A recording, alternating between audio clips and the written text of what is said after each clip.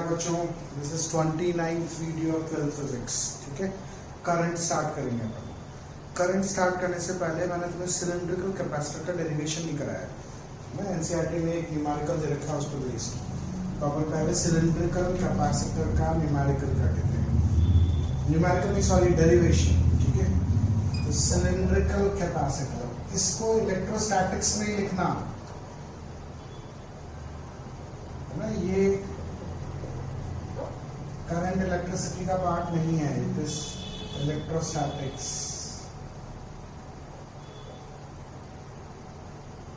ठीक है, मैंने पिछले वीडियो में शायद बोला था कि सिलेंड्रिकल कैपेसिटर का अपन नेक्स्ट वीडियो में करेंगे, पर लास्ट वीडियो में मैं करना भूल गया इसको। चलो आप देखो, सिलेंड्रिकल कैपेसिटर होगा क्या? एक सिलेंडर और इसके पैरेलल एक और सिलेंडर, यानी दो coaxial cylinders. This is a cylindrical capacitor. ठीक है, अब सिलेंड्रिकल कैपेसिटर की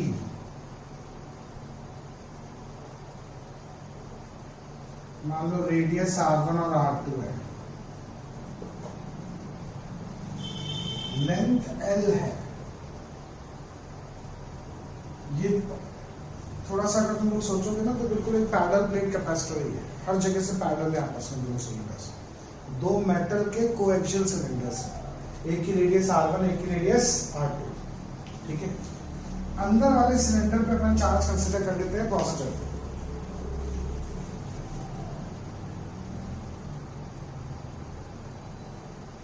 ठीक है, तो बाहर वाले सिलेंडर पे उतना ही नेगेटिव इंड्यूस रहेगा, और कायदे से इसके बाहर वाली फेस अर्थ। ठीक है ना, इलेक्ट्रिक फील्ड दोनों सिलेंडर्स के बीच में पॉजिटिव से नेगेटिव की तरफ एग्जिस्ट करेगा। 3D में एक्चुअली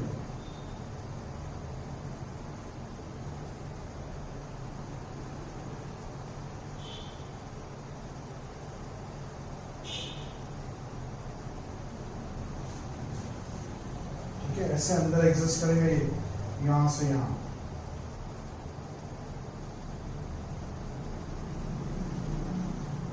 थ्रू आउट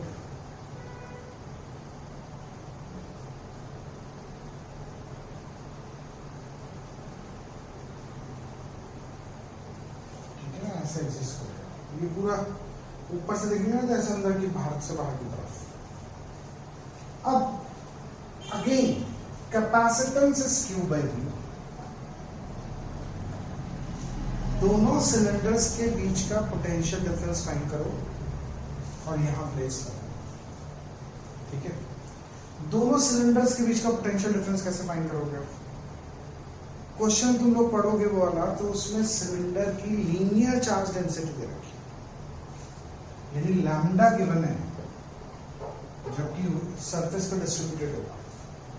अब वो लीनियर चार्ज डेंसिटी इसलिए दे रखी है क्योंकि देखो, किसी हॉलो बॉडी के अंदर इलेक्ट्रिक फील्ड है 0, मेटल बॉडी के अंदर इलेक्ट्रिक फील्ड है 0। तो ये जो सिलेंडर है हॉलो, यहां इलेक्ट्रिक फील्ड दोनों सिलेंडर के कारण 0 होगा।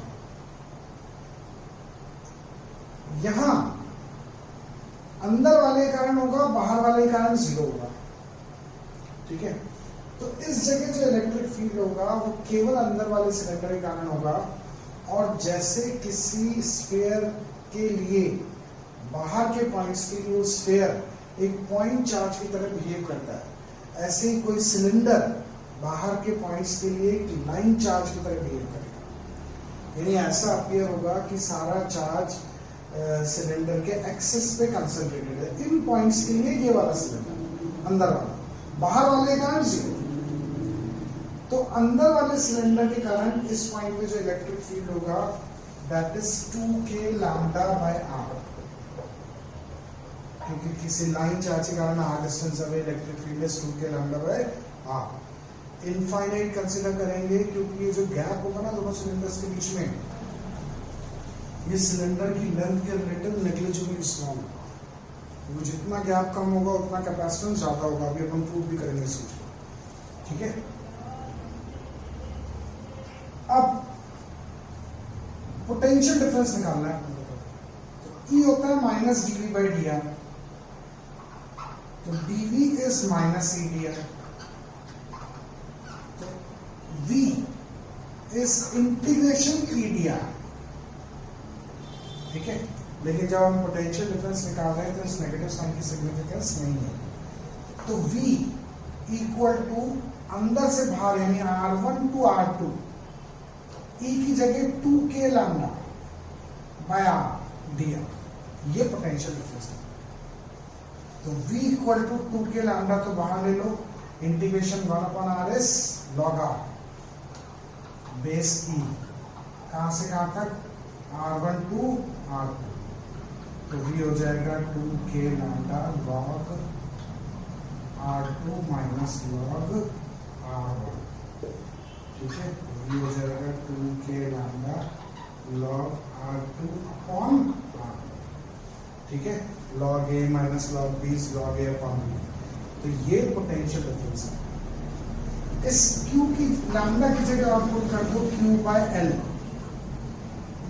log R2 बाय R, ये पूरा उठा के इसमें डाल दो C में, तो C हो जाएगा Q बाय V की जगह पूरा 2kq bye L log R2 upon R1, तो C Q से Q कैंसिल, K को भी रख दो 1/4 पाई एप्सिलॉन, तो 1/4 पाई एप्सिलॉन 2 कैंसिल हो जाएगा, 2 पाई एप्सिलॉन नॉट L पूरा ऊपर आ जाएगा अपॉन ये log R2 बाय R1, एक तो कैपेसिटेंस का समझ में आया।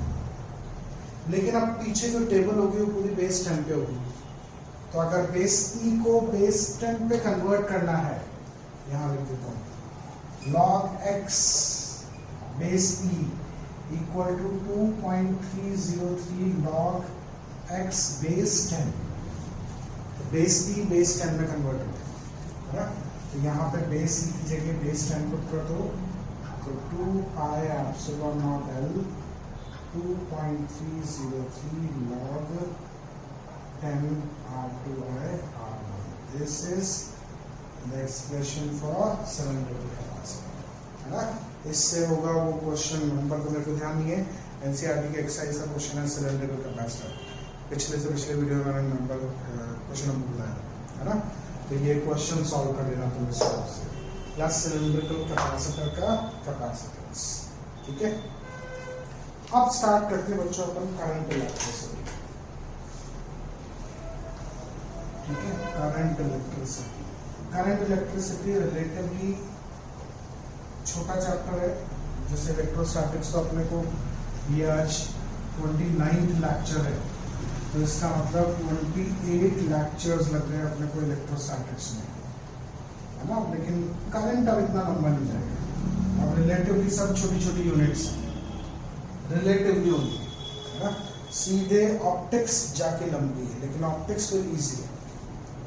अब चैप्टर 3 करंट इलेक्ट्रिसिटी 2 पार्ट्स में पढ़ेंगे, एक तो इलेक्ट्रिक करंट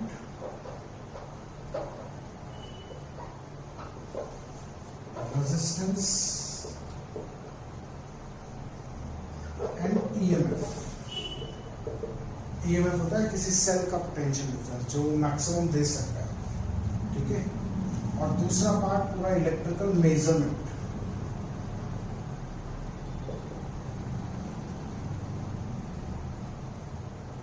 ठीक है। इसमें पढ़ेंगे अपन एक तो किरचॉफ्स लॉज,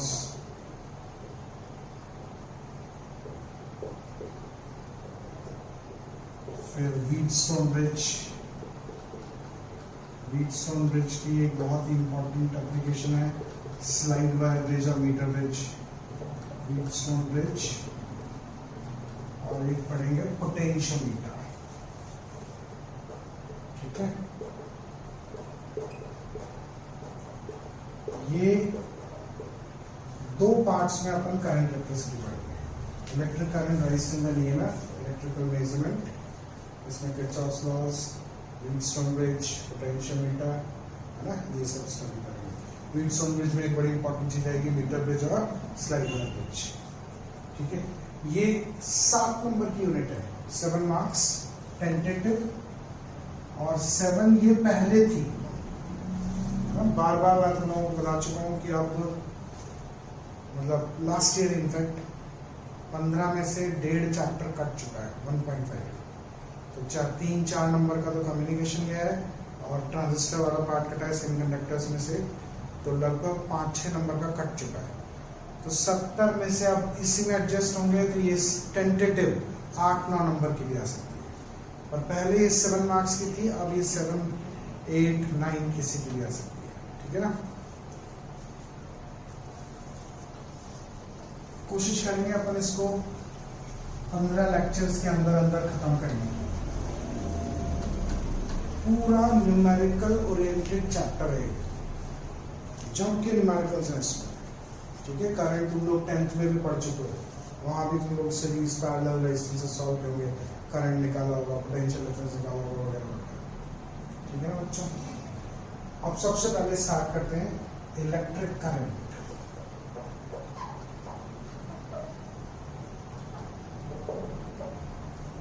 ठीक है, करंट जो है केवल करंट की बात कर रहा हूं, not electric current. It is a very general term. किसी भी चीज के यूनिफॉर्म फ्लो को हम करंट बोलते हैं। वाटर के फ्लो को वाटर करंट, एयर के फ्लो को एयर करंट। ऐसे अगर चार्ज फ्लो कर रहा है तो electric current.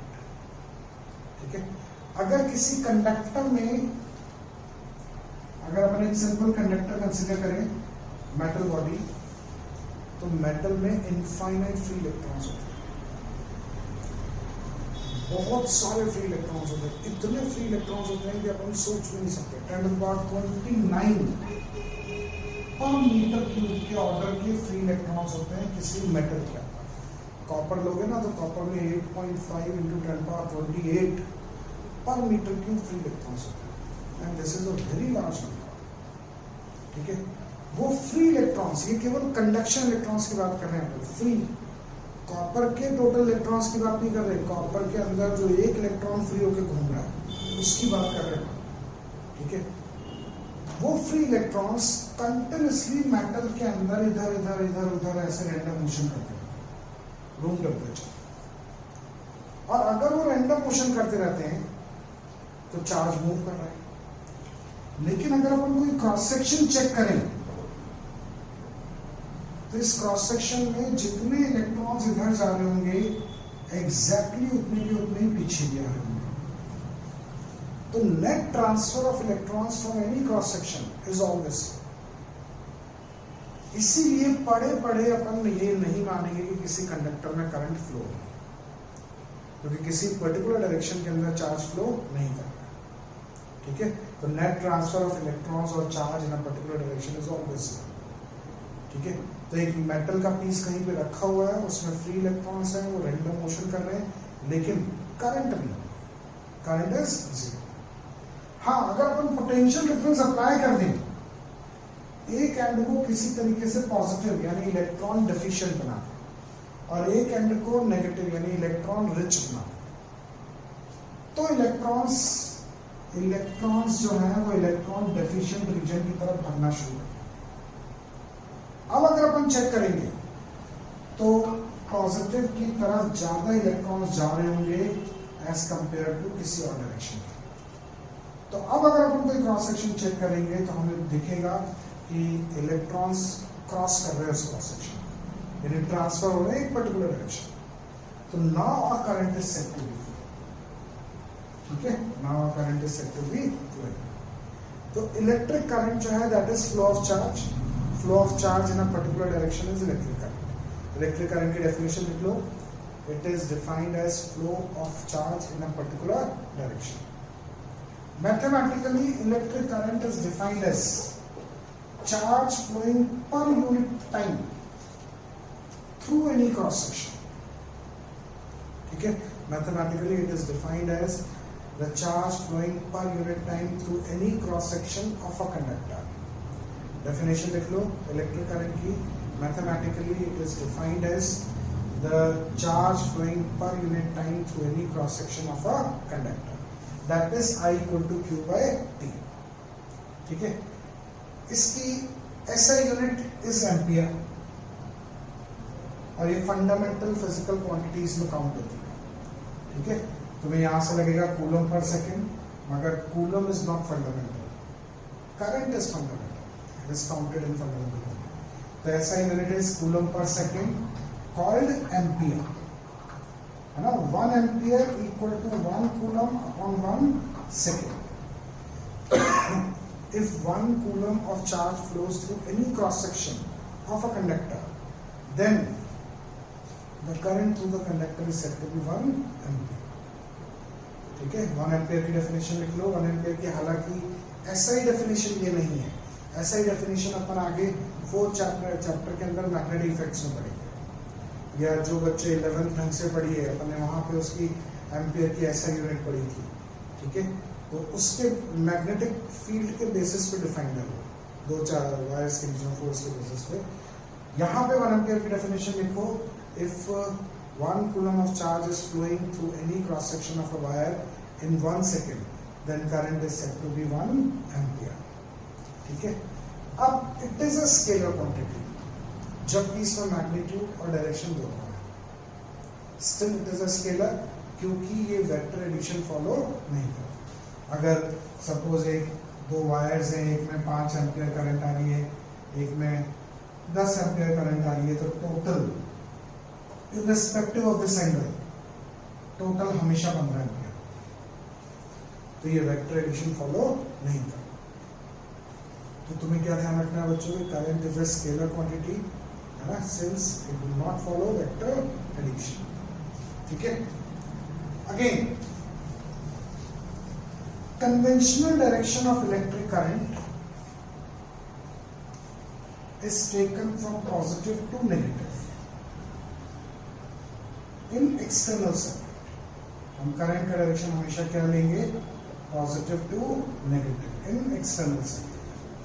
The conventional direction of electric current is always taken from positive to negative in external circuit. ना कन्वेंशनल है. ध्यान से देखो, इलेक्ट्रॉन इधर भगेंगे टुवर्ड्स पॉजिटिव, तो direction of electric current is taken opposite to direction of flow of electrons. It is taken in the direction of flow of positive charge. ये पूरा लिखना एज इट इज, है ना. The conventional direction of electric current is taken from positive to negative in external circuit. It is taken in the direction of flow of positive charge, opposite to direction of flow of electrons. हालांकि यहाँ positive charge कोई flow नहीं कर रहा है, सब कुछ electron से काम हो रहा है, इसीलिए इसको इलेक्ट्रिक करंट बोलते हैं, है ना. स्टिल सारे कन्वेंशन अपन ने पॉजिटिव के हिसाब से लिए, तो डायरेक्शन ऑफ करंट भी हमने पॉजिटिव के हिसाब से. ठीक है बच्चों. अब करंट को अपन 2 वाइड कैटेगरीज में डिवाइड कर सकते हैं. एक तो constant current, study current, time के संग constant, more commonly known as DC direct current. किसी सेल से, बैटरी से जो हमें करंट मिलती है, that is direct current. It remains constant with time. ठीक है ना. दूसरी करंट है, ये तो स्टडी करंट या more commonly known as direct current. The magnitude of this current remains constant with time. Even the polarity remains constant fixed with time. Positive है तो पॉजिटिव रहेगी, पॉजिटिव मतलब ऊपर. ठीक है. दूसरी होती है ऑल्टरनेटिंग करंट. ठीक है. ऑल्टरनेटिंग करंट क्या है, जो टाइम के संग वेरी करे कंटिन्यूसली. जो अपने घरों में सप्लाई आती है, उसके कारण जो करंट प्रोड्यूस होती है, that is alternating current. Alternating current क्या है, the current whose magnitude varies with time and direction reverses periodically. What is alternating current? The current whose magnitude varies with time and direction reverses periodically. ठीक है. अब जब current time के संग very कर रही है, उस केस में हम करंट को डिफाइन करते हैं rate of flow of charge, dq by dt. what is current, then dq by dt. Alright, so in case of variable current, we define current as the rate of flow of charge, that is I equals to dq by dt. ठीक है, समझ में आया बच्चों सब कुछ? ये current के बेसिक्स हैं. डायमेंशनल फॉर्मूले की बात करें तो it is always A1. Dimensional formula is what? A1. ठीक है ना, क्योंकि ये फंडामेंटल फिजिकल क्वांटिटी है, स्केलर है, ऐसा यूनिट एम्पियर है. ठीक है, और mathematically it is q by t. I को अपन लिख सकते हैं, अब mathematically I q by t है तो कई जगह q n ही मिलेगा तुम्हें, है ना. तो इस पे बेस न्यूमेरिकल्स करने हैं तुम्हें. I is equal to q by t equals to n by t. ठीक है, इसके आगे अपन नेक्स्ट वीडियो में कंटिन्यू करते हैं. बाय बच्चों.